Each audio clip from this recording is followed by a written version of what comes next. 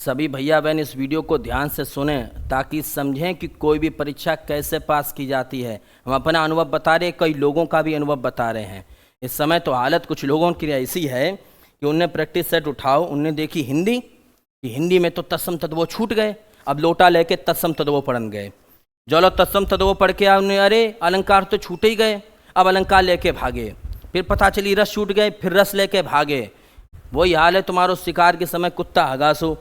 अरे यार कुछ सीजन तैयारी तो पहले से कर ली जात है, अब भड़बड़ाने घूम रहे हैं कि 2 घंटा में हमें आइंस्टीन बनाए दो। अब मैराथन देखी जाए रही लोगों की, मैराथन से कोई पास हुई है? बताओ, संविधान की मैराथन देख रहे कि 2 घंटा में पूरा संविधान खत्म। अरे यार पागल हो का भैया, संविधान लिखने में 2 वर्ष 11 माह 18 दिन लगे और 2 घंटा में संविधान खत्म हुई है।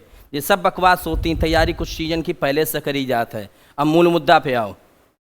जब आपको मालूम है कि कोई भी परीक्षा होगी यूपी की तो उसमें हिंदी और जीएस तो आनी कंपलसरी है, तो आप हिंदी अपनी पहले से ही तैयार रखो। जब नौकरी करनी है, विद्यार्थी हो तो पहले से ही तैयारी रखो। अब हिंदी में क्या बदलेगा? 6 बताओ। हिंदी में एक बार वर्णमाला बन गई तो बन गई। अब कौन से उसमें 53, 54, 56 अक्षर जोड़ने जा रहे भाई? बताओ भैया, कौन से नए तत्सम तद्भव बनेंगे? वही रहेंगे। कौन सा नया अलंकार घोषित हो जाएगा?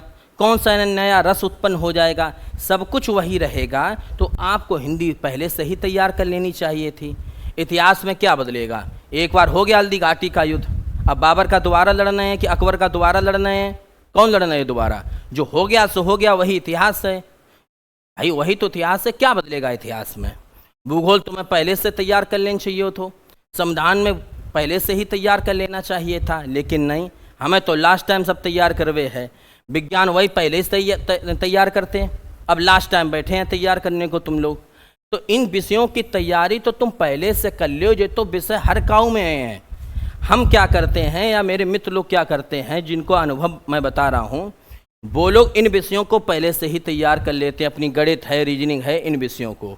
और जब एग्ज़ाम आता है तो हम सिलेबस पढ़ते हैं और सिलेबस में देखते हैं कि यार कोई नया टॉपिक कौन सा आया। जैसे मान लो यूपी पुलिस की भर्ती है, हमने ये सब तैयार पहले से कर लिया और यूपी पुलिस में हमने देखा कि भाई उत्तर प्रदेश स्पेशल ज़्यादा पूछा जाएगा, तो लास्ट समय में अपना उत्तर प्रदेश स्पेशल याद करेंगे।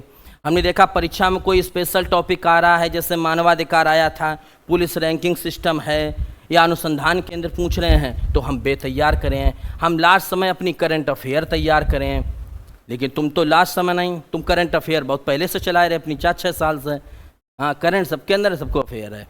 तो ये विषय पहले से तैयार करे जाते हैं। और एग्ज़ाम के समय क्या होता है, जब किसी भर्ती का नोटिफिकेशन आता है तो उसमें जो स्पेशल टॉपिक होते हैं, जो 1-1 नंबर के या 2-2 क्वेश्चन आएंगे, वो लास्ट समय तैयार किए जाते हैं।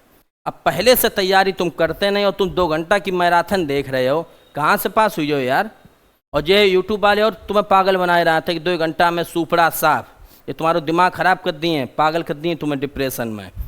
अब आगे याद रखना, जो भी एग्ज़ाम आप तैयारी कर रहे हो, अगर विद्यार्थी हो, तैयारी करने, नौकरी करने हैं तुम्हें, तो इन विषयों की तैयारी अब तुम दोबारा से फिर शुरू कर दियो। ये विषय अपने हमेशा तैयार करके रखो।